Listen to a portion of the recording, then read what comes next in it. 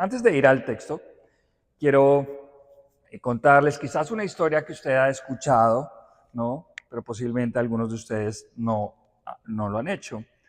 Y es la historia de un pueblo que sufrió una gran inundación. Las lluvias tomaron básicamente todo el pueblo y quedó una sola persona. Subió a lo más alto de una iglesia, en el campanario de la iglesia, tratando de, pues obviamente, sobrevivir. Este hombre tenía unas posiciones como muy radicales frente a lo que Dios podía hacer en su vida. Estaba totalmente convencido, tenía una fe muy grande de que Dios lo iba a salvar. Pasó toda la mañana esperando que alguien lo salvara, que Dios lo salvara, y se acercó un barco, se acercó como una especie de canoa, y le dijeron, oiga, desde la barca, baje, súbase al barco para que se pueda ser rescatado. Y él dijo, no, gracias. Yo tengo mucha fe en Dios y estoy seguro que Él me va a salvar.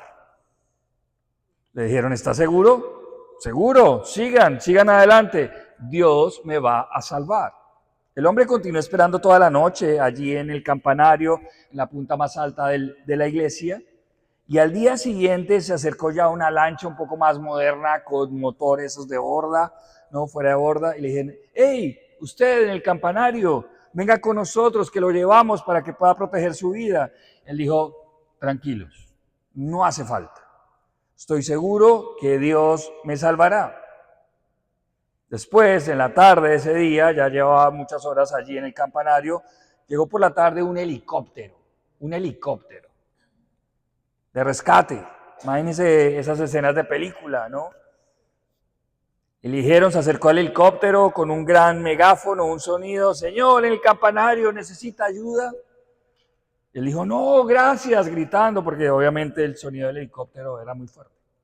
Yo confío plenamente en Dios, tengo mucha fe en Él y estoy seguro que Él me va a salvar.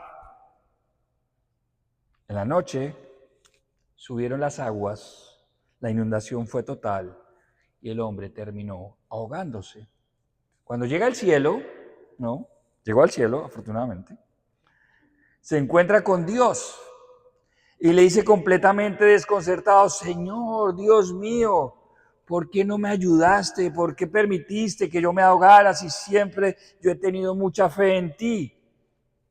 Y Dios le replicó, que no te ha ayudado, pero si te mandé una barca, una lancha y un helicóptero. Esto es una historia, no es real. Pero en ocasiones no sabemos discernir la voluntad de Dios para nuestras vidas. En ocasiones Dios nos está ayudando y no sabemos tomar las decisiones que van de acuerdo a la voluntad de Dios. En ocasiones Dios nos está protegiendo y no sabemos tomar la voluntad de Dios para nuestras vidas. Todos los que nos han acompañado en el estudio de Santiago recordarán que Santiago habla de un tema central y es la fe verdadera. La fe verdadera, porque muchos dicen creer en Dios, pero no es una fe que los lleve a tener una relación con Dios. Es muy distinto tener un conocimiento intelectual que Dios existe a realmente tener una relación con Él por medio de la fe. Es totalmente distinto. Y Santiago nos habla de, bueno, ¿cómo sé que yo tengo una verdadera fe? ¿Cómo sé? Y parte de lo que vamos a ver hoy es, yo puedo comprobar que tengo una verdadera fe si estoy buscando la voluntad de Dios en mi vida. Y eso debe ser un filtro para todos nosotros. ¿Estoy buscando la voluntad de Dios para mi vida?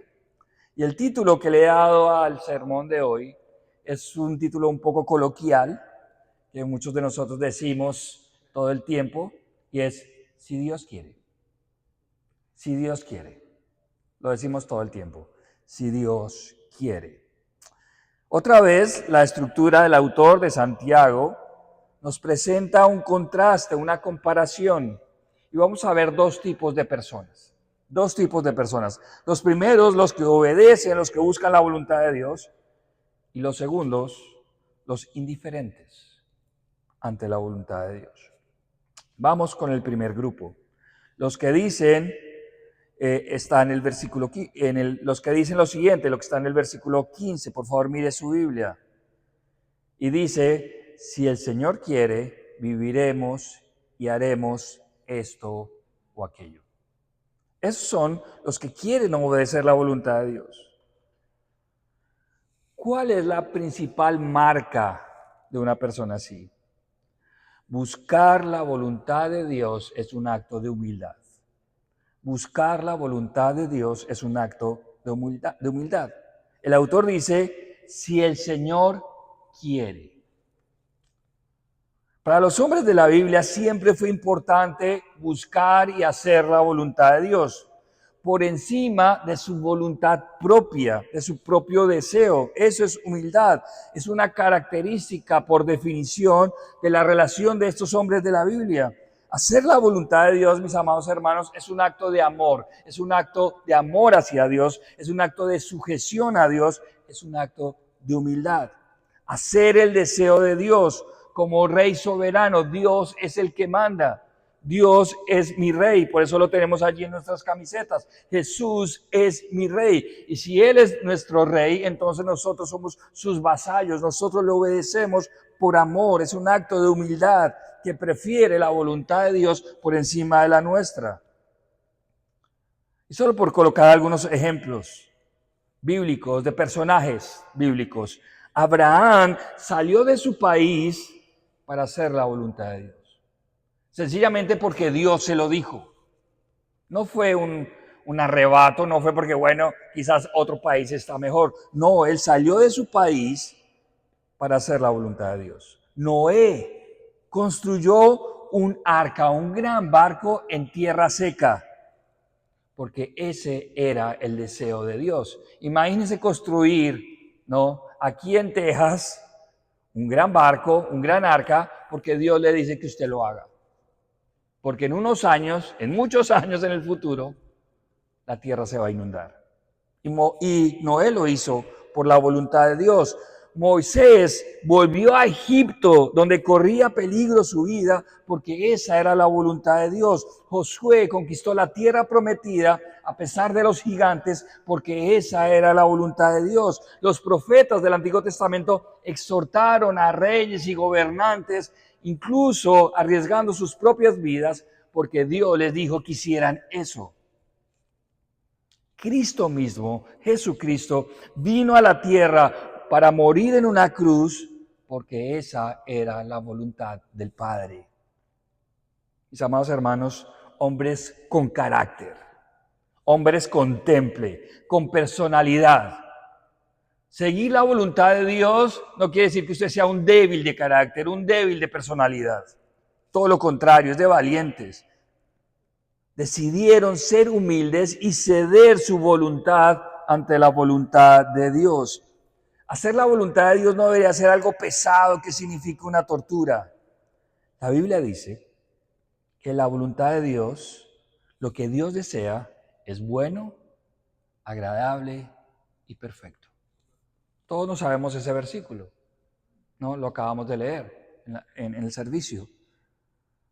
Querer hacer la voluntad de Dios debería ser algo que defina a un creyente. Habla de su corazón, de su fe, de su amor por Dios. Miren lo que dice el salmista, Salmos 48. El hacer tu voluntad, Dios mío, me ha agradado, y tu ley está en medio de mi corazón. Qué hermoso versículo. Yo quiero leerlo de nuevo. El hacer tu voluntad, Dios mío, me ha agradado, y tu ley, tu palabra, está en medio de tu corazón, de mi corazón. Otro versículo, Salmos 143:10. Enséñame a hacer tu voluntad, porque tú eres mi Dios. Tu buen espíritu me guíe a tierra de rectitud. Mire la oración del salmista, enséñame a hacer tu voluntad. Observemos rápidamente lo que dice nuestro Señor Jesús en la Biblia acerca de este tema. Le voy a dar algunos versículos. Marcos 3:35.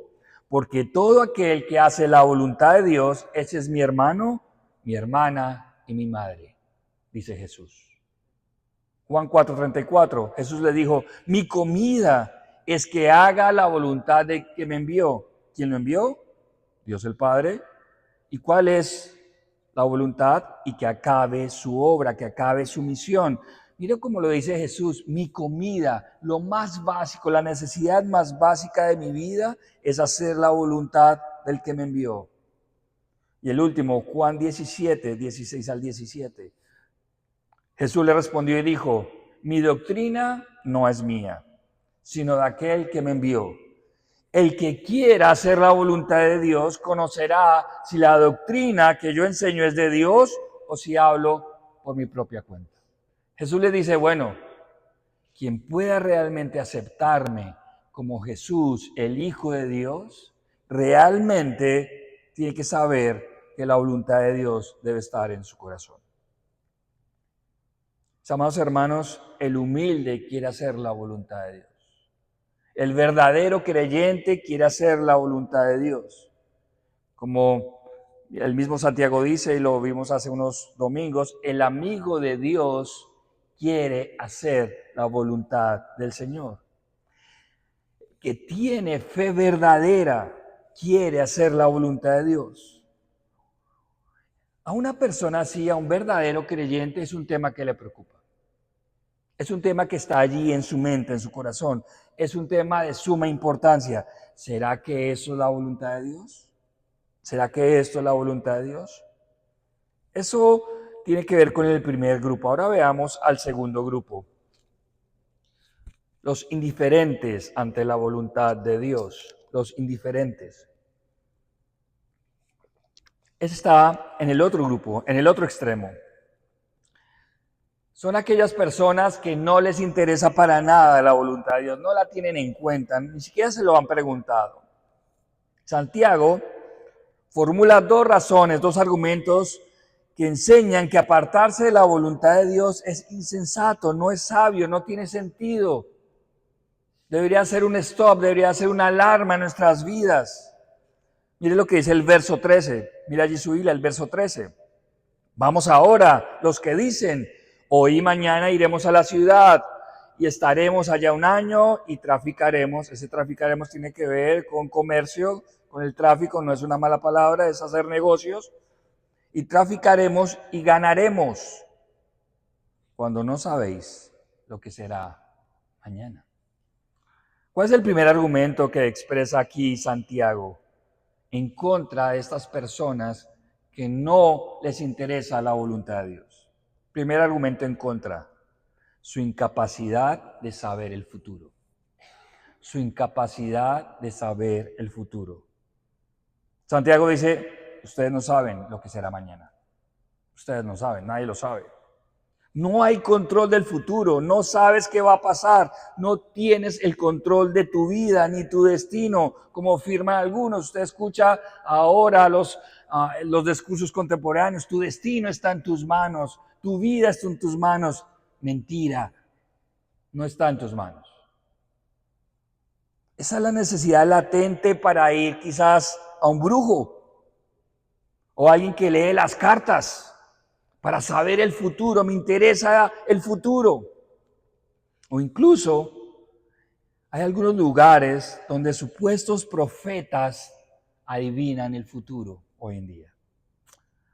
Yo tengo que decir que hay un espíritu de adivinación en algunas iglesias. La adivinación es claramente señalada en la Biblia como pecado. Algunas iglesias practican la adivinación, pero se les llama profecía personal. Las personas van a estas iglesias para que profetas, falsos profetas, les digan cosas de su futuro. Mis amados hermanos, esto es peligroso. Esto es manipulación. Y así pueden controlar las vidas de las personas. Esto va en contra de la Biblia. Hay una anécdota de evangelismo, no sé si sucedió en New Orleans o en otra ciudad. Ustedes saben que en New Orleans hay mucha santería, mucha adivinación, mucha brujería. Y en la plaza de una pequeña ciudad, de un pequeño barrio, en la plaza central, venían los brujos con sus booths, con sus mesas, para adivinar el futuro. A un pastor muy creativo dijo, bueno, yo voy a hacer lo mismo. Y colocó al lado de los brujos, de los que leían las cartas, un booth, una mesa. Aquí también les puedo adivinar el futuro si ustedes no aceptan a Cristo. La única manera que nosotros tenemos para saber qué va a pasar en el futuro es lo que dice la Biblia. No detalles específicos, pero si usted no sigue a Jesús, si usted no toma la decisión por Jesús, entonces la Biblia dice que usted va a estar lejos de Dios, va a tener que asumir consecuencias para su vida terrenal y para su vida eterna. Es lo único que yo le puedo decir de su futuro. Ya de hecho es algo serio. Eso es lo único, pero yo no le voy a decir que en 5 días usted va a conseguir el futuro, el trabajo de sus sueños, o va a encontrar la mujer de sus sueños en tal ciudad. No, eso es mentira. Ese no es el camino que un creyente debe tomar. El futuro solo está en manos de Dios. Santiago no está diciendo que es pecaminoso planear o coordinar un negocio o ahorrar para el futuro. No está diciendo eso y Santiago no le está diciendo eso no está mal, de hecho está muy bien. El problema es sacar a Dios de sus planes y tratar de buscar el futuro de manera pecaminosa a través de la adivinación. Este tipo de personas no tienen en cuenta la voluntad de Dios expresada en su palabra. Viven como si Dios no existiera, como si Él no tuviese nada que opinar en nuestras decisiones. Mis hermanos, no somos superhombres o supermujeres que tenemos el futuro asegurado. La juventud no es para siempre. En definitiva, la vida puede cambiar en un abrir y cerrar de ojos. Mis amados hermanos, Dios le interesa toda su vida. ¿Sabe qué? Dios en su palabra, en la Biblia, opina de todas las áreas de su vida, de todas. ¿Sabe? Dios le interesa cómo manejamos el dinero. A Dios le interesa cómo manejamos nuestro cuerpo. A Dios le interesa cómo manejamos nuestra sexualidad. A Dios le interesa cómo manejamos nuestras relaciones interpersonales. A Dios le interesa cómo somos como ciudadanos. A Dios le interesa cómo somos en la familia. Dios no es un Dios ajeno que creó el mundo y se fue. No. Dios busca una relación con usted, conmigo, para revelarnos su voluntad y que nosotros amorosamente obedezcamos su voluntad en todas las áreas de nuestra vida. Es por esta razón que no es sensato, no es sabio planear sin contar con la voluntad de Dios. Dios sí conoce el futuro, Dios es soberano, Dios es rey de la historia, Dios es todopoderoso y su propósito se va a cumplir sí o sí. Nadie le puede frenar. Confíe en que lo mejor que le puede suceder en el futuro es hacer la voluntad de Dios hoy. Hay una pequeña parábola que Jesús compartió que la quiero compartir rápidamente. Está en Lucas 12, 16 al 21. Si usted lo quiere anotar allí. Lucas 12, 16 al 21. También le refirió una parábola diciendo, versículo 16, la heredad de un hombre rico había producido mucho. Había un hombre muy rico. Y él pensaba dentro de sí diciendo, ¿qué haré? Porque no tengo dónde guardar mis frutos. O sea, lo que quiere decir es que he producido tanto que ya no tengo dónde guardarlos. Y dijo, esto haré, derribaré mis graneros, edificaré graneros más grandes y allí guardaré todos mis frutos y mis bienes. Y diré a mi alma, dice el rico, y diré a mi alma, alma, muchos bienes tienes guardados para muchos años. Tengo mucho dinero para muchos años. Repósate, come, bebe y regocíjate. O sea, estamos bien. Tenemos mucho dinero para muchos años, estamos bien. Estoy en paz. Pero miren lo que dice el verso 20. Pero Dios le dijo, necio. ¿Necio qué quiere decir? falto de sabiduría. Necio, esta noche vienen a pedir tu alma. Increíble. Esta noche vienen a pedir tu alma. Y lo que has provisto, lo que has guardado, lo que has preparado, ¿de quién será? Y termina Jesús enseñando, así es el que hace para sí tesoros en la tierra y no es rico para los asuntos de Dios. Él tenía todo preparado, tenía todos los planes, el plan de jubilación, tenía el dinero. Y otra vez, la Biblia no está enseñando que no se tiene que preparar para la jubilación. No está diciendo eso. Está diciendo que usted está totalmente concentrado en los asuntos de la tierra y ha olvidado hacer la voluntad de Dios. Ese es el primer argumento. Nadie conoce el futuro, solo Dios. El segundo argumento que presenta Santiago está en el verso 14. En el verso 14, mira allí su Biblia. Porque ¿qué es vuestra vida? Leámoslo desde allí. Ciertamente es neblina que se aparece por un poco de tiempo y luego se desvanece. El segundo argumento es la brevedad de la vida. La brevedad de la vida. La vida pasa muy rápido. La vida pasa muy rápido. Esta es una de las enseñanzas transversales y más frecuentes en la Biblia. La vida pasa muy rápido. Y lo que dice Job en el capítulo 9. Mis días han sido más ligeros que un correo. Huyeron y no vieron el bien. Pasaron cual naves veloces, como el águila que se arroja sobre la presa. Mis días pasan como el águila volando súper rápido. Mis días son como como naves veloces. La vida se pasa muy rápido, mis amados hermanos. El salmista también agrega, mis días son como la sombra que se va. Imagínense la sombra. La sombra está en un momento y ya no está. La sombra del mediodía pasa súper rápido. Mira lo que dice, y me he secado como la hierba. También agrega el salmista, el hombre como la hierba son sus días, florece como la flor del campo, que pasó el viento por ella y pereció, y su lugar no se conocerá más. Mis amados hermanos, nuestra vida pasa muy rápido. Hace poco éramos solteros.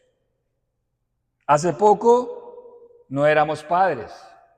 Hace poco corríamos más rápido. Hace poco no nos dolía nada. Hace poco éramos más arriesgados. Hace poco nos subíamos a todas las montañas rusas. Ya no. La vida es neblina que está y al momento desaparece. Esa es nuestra vida, esa es mi vida. La vida pasa muy rápido, como para que usted se detenga en proyectos terrenales y temporales que dominen completamente su vida. La vida pasa muy rápido, como para que usted siempre piense que siempre va a vivir aquí. Una persona que no le preocupa la voluntad de Dios piensa que siempre habrá tiempo. Siempre habrá tiempo para hacer las cosas de Dios. El después siempre estará ahí. Es lo que conocemos como procrastinar. Procrastinar, la tendencia que nos empuja a dejar todo para después, ¿cierto? No, después estudiamos, después leemos, después pasamos tiempo con la familia, después. Y los temas espirituales, lamentablemente, son parte de la procrastinación. Después busco a Dios. Después me comprometo. ¿Por qué no decides hoy por Cristo? Te quiero hacer esa pregunta hoy. ¿Por qué no decides hoy por Cristo? ¿Por qué no vas hoy a los pies de Cristo? Hoy. La Biblia dice que el día de salvación es hoy. ¿Por qué no? Y algunos de ustedes dirán, después. Cristo vino a la tierra para perdonar nuestros pecados. La Biblia dice que todos hemos pecado. Todos, absolutamente todos. Yo he pecado y necesito un Salvador. Por eso Cristo vino para morir en la cruz por nuestros pecados Y si nosotros lo aceptamos con fe y vamos a Él y nos arrepentimos de nuestros pecados, vamos a ser salvos. Esa es la decisión más importante de su vida. No es su matrimonio, no es su carrera, no es en qué país va a vivir. La decisión más importante de su vida es el estado de su alma. Y necesita ir hoy a Cristo. ¿Sabe por qué? Porque la vida pasa rápido. Para algunos, mucho más rápido. ¿Por qué no decides hoy bautizarte? Los que no se han bautizado, ¿por qué no decides hoy bautizarte? ¿Por qué? Si has entendido la salvación, si has entendido que Jesús es tu Señor y tu Salvador, ¿por qué no te bautizas? ¿Por qué no tomas la decisión hoy? ¿Por qué?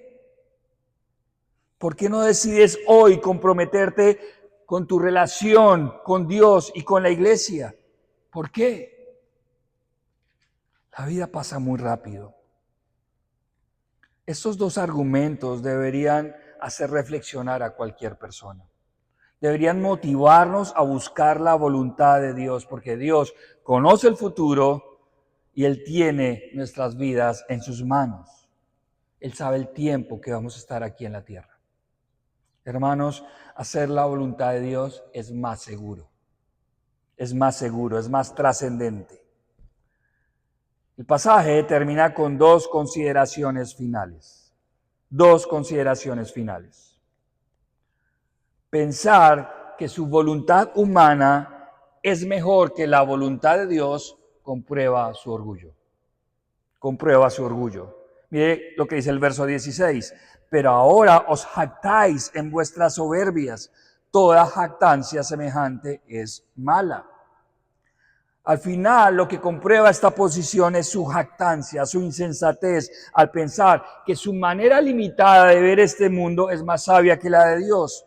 Un Dios eterno, poderoso, que conoce el futuro. Y esa jactancia no es otra cosa que alardear de su vida, alardear de sus capacidades, que usted va a lograr una cosa, que usted va a lograr otra cosa, alardear de su tiempo, alardear de su futuro, cuando usted no sabe qué va a pasar hoy, más tarde. Y la última consideración, aparte del orgullo, es que si usted ha escuchado acerca de la voluntad de Dios, poco o mucho, quizás hoy es la primera vez que lo escucha, si usted conoce algunos elementos de la voluntad de Dios y no los hace, es pecado. Y lo que dice el verso 17, y el que sabe hacer lo bueno, en otras palabras, es la voluntad de Dios que hagamos lo bueno, y el que sabe hacer lo bueno y no lo hace, le es pecado. Ese pequeño porcentaje que usted sabe que Dios espera de usted y no lo hace, es pecado. Esa es la consideración, la última consideración del pasaje. De hecho, usted puede reconocer que Dios existe, pero no reconocer que Él tiene una voluntad expresa para su vida. Eso es pecado. En otras palabras, podemos creer que Dios existe, pero no me interesa hacer su voluntad. Y eso es más frecuente de lo que nosotros creemos. Si yo creo en Dios, pero no me interesa hacer su voluntad. Mis amados hermanos, eso es pecado. Dios espera que hagamos su voluntad, su deseo. Otra vez es un acto de humildad, porque queremos ser independientes, queremos hacer nuestra voluntad. Desde pequeños queremos hacer nuestra voluntad. Los adolescentes se quieren ir de la casa ya porque quiero hacer mi voluntad. No saben la que se meten. Quiero vivir la independencia. Bueno, en Colombia tenemos un refrán, ¿no? El hotel mamá. No sabe las bendiciones de estar en casa, pero quiero mi independencia. Quiero hacer mi voluntad. Mis amados hermanos, la voluntad de Dios debe estar por encima de la nuestra. Un verdadero creyente quiere, y eso es bien importante, quiere hacer la voluntad de Dios porque ama a Dios. Es un deseo, no es una imposición, es algo voluntario. Quiere hacer la voluntad de Dios porque ha entendido que la voluntad de Dios es buena, perfecta y agradable. como el novio que quiere conocer los gustos de la novia para poder conquistarla, complacerla. Así debería ser nuestra relación con Dios, conocer más a Dios para poder complacerle. Mis amados hermanos, la única manera de conocer la voluntad de Dios es a través de su palabra. No hay otra manera. Usted quiere conocer la voluntad de Dios para su vida, tiene que leer la Biblia. No hay otra manera. Por eso yo estoy predicando acerca de la palabra de Dios, no sobre mis posiciones personales, no sobre mi manera de ver el mundo o sobre lo que aprendí en esta experiencia. No, mi objetivo y mi rol en esta iglesia es predicar la palabra de Dios, porque solo allí hay salvación y vida eterna. Si usted quiere conocer la voluntad de Dios, tiene que ir a su palabra. Es la única manera. No se autoengañe al pensar que su voluntad es mejor que la de Dios. No se autoengañe pensando que el destino de su vida está en sus manos. No se autoengañe creyendo que la vida es para siempre. Recuerde algo, su voluntad, sus deseos, los deseos del mundo siempre van a querer generar oposición en contra de la voluntad de Dios. Hay una lucha interna, una pelea interna en su corazón. Yo quiero hacer mi voluntad. Pero los resultados son nefastos. Es lo que dice Juan, el apóstol Juan en 1 Juan 1, 16 al 17. Aquí relata esa tensión entre los deseos. Porque todo lo que hay en el mundo, los deseos de la carne, o sea, nuestros deseos propios, los deseos de los ojos, los deseos sensoriales, lo que yo quiero ver, y la vanagloria de la vida, ese orgullo del que estamos hablando, no proviene de Dios, sino del mundo. Y mire la conclusión del apóstol Juan. Y el mundo pasa y sus deseos, pero el que hace la voluntad de Dios permanece para siempre. Entonces, ¿cuál es mejor negocio? ¿Hacer su voluntad o la voluntad de Dios? Cuando la voluntad de Dios nos va a llevar a tener resultados eternos, no temporales. Quien tiene fe verdadera, esa sería la gran conclusión de este texto de hoy, quien tiene fe verdadera, quien es un creyente verdadero, desea hacer la voluntad de Dios todos los días de su vida. Entonces usted tiene que hacer ese filtro. ¿Quiero hacer la voluntad de Dios? Quiero terminar con una especie de diagrama mental, con un checklist para discernir la voluntad de Dios. Mucha gente se pregunta, Javier, ¿cómo sé qué es la voluntad de Dios? ¿Cómo sé cuál es la voluntad de Dios para mi vida? Hay algunas que son muy generales. Si usted me pregunta, Javier, ¿será que la voluntad de Dios es que yo vaya a Cristo y me arrepienta de mis pecados? Hermano, no tiene que orar por eso. Esa es la voluntad de Dios. Javier, ¿será que la voluntad de Dios es que yo me bautice y genere un compromiso con Dios? Sí, esa es la voluntad de Dios. ¿Será que la voluntad de Dios es que yo sirva en la iglesia? Sí, esa es la voluntad de Dios. Pero miremos otros espacios que a veces se presentan como más grises, más difíciles. Y quiero hacerle como una especie de diagrama mental para que usted haga este tipo de preguntas para discernir la voluntad de Dios en su vida. Si usted es un creyente, quiere hacer la voluntad de Dios. Lo primero, hágase esta pregunta. ¿Alguna vez me ha interesado en saber la voluntad de Dios para mi vida? Eso es lo primero, tenemos que empezar por ahí. Porque si a usted no le interesa, entonces estamos en problemas. Hágase esa pregunta. ¿Alguna vez me ha interesado en saber la voluntad de Dios para mi vida? Digamos que la respuesta es afirmativa. Digamos que sí. Pase al segundo nivel. Entonces, busque la voluntad de Dios para su vida en la palabra de Dios. Búsquela intencionalmente. Quiero saber la voluntad de Dios para mi vida. O sea, algunos elementos generales, pero quiero los específicos para mi vida. Vaya a la palabra de Dios. Tercero, pregúntese, ¿cuál es la motivación en el fondo de mi corazón para tomar una decisión en particular? Analice cuál es su motivación. Si la motivación para tomar esa decisión proviene del miedo o proviene de deseos pecaminosos, o proviene de la lujuria, o proviene del materialismo, o de cualquier pensamiento pecaminoso, eso claramente no es la voluntad de Dios. No es la voluntad de Dios. Si nace de una motivación errónea. Otro elemento, aplique el filtro, este es muy importante. Aplica el filtro de Primera de Tesalonicenses 4:3. Ojalá lo pueda leer en su casa. Primera de Tesalonicenses 4:3. Es un libro de la Biblia. ¿Sabe qué dice ese versículo? La voluntad de Dios es vuestra santificación. Pregúntese, ¿cuál es la voluntad de Dios para mi vida? Bueno, ese versículo le contesta una gran parte. Dios quiere que usted entre en un proceso de santificación. ¿Qué quiere decir un proceso de santificación? Que usted se parezca más a Cristo. Entonces, si usted aplica el filtro de Primera de Tesalonicenses 4:3, usted va a llegar a las siguientes preguntas. ¿Lo que estoy decidiendo me va a llevar a parecerme más a Cristo? ¿Lo que estoy decidiendo me va a llevar a fortalecer mi relación con Cristo? ¿O lo que estoy decidiendo me está alejando de Cristo? Y me está alejando de ese modelo que debo seguir, que es Cristo. Otra pregunta, ¿esta decisión le dará gloria a Dios?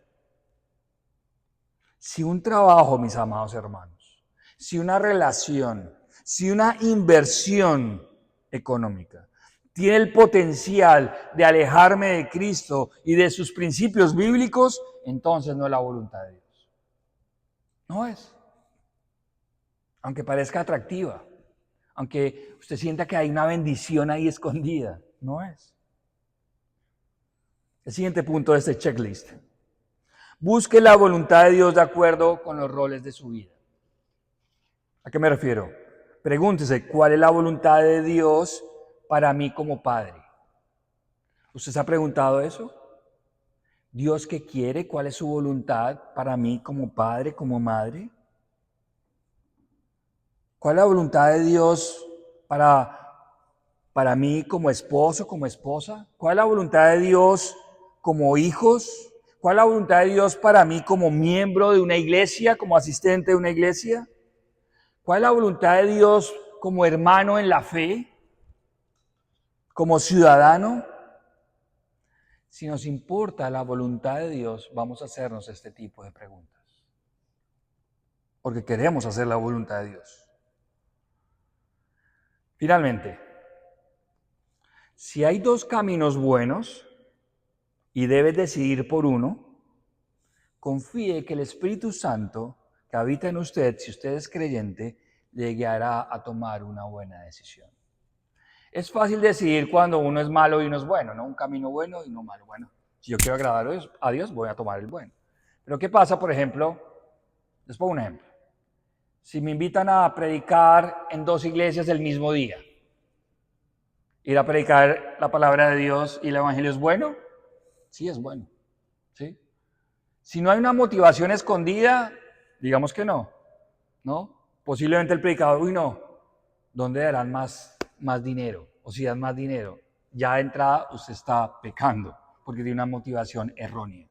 Pero digamos que en ninguna de las dos dan dinero, y que las dos tienen el mismo número de personas, son dos iglesias pequeñas, todo es igual, no hay nada de motivación escondida. Los dos caminos son buenos. Es el mismo día, a la misma hora, y no puedo predicar en los dos lugares. ¿Qué debo hacer? ¿Qué debo hacer si yo quiero hacer la voluntad de Dios en mi vida? Allí el Espíritu Santo le guiará con un elemento claro, y es que Dios le ha dado un criterio a usted. Y el criterio es una bendición cuando está sujeto a la palabra de Dios. Porque usted no puede esperar, bueno, Señor, yo no voy a decir nada hasta que se alumbre el bombillo con esta dirección. O si me sale un pop-up en el celular con la dirección, eso eres tú. No. El Espíritu Santo habita en usted si es creyente y le dará el discernimiento para tomar una buena decisión entre dos caminos buenos. Quería terminar con algunos elementos prácticos para saber la voluntad de Dios. Mis amados hermanos, es una bendición hacer la voluntad de Dios. Pero sabe, a veces no la sabemos. No sabemos cuál es la voluntad de Dios como mamá o como hijo, porque no estudiamos su palabra. Yo lo animo a hacer la voluntad de Dios porque es el mayor beneficio para su vida.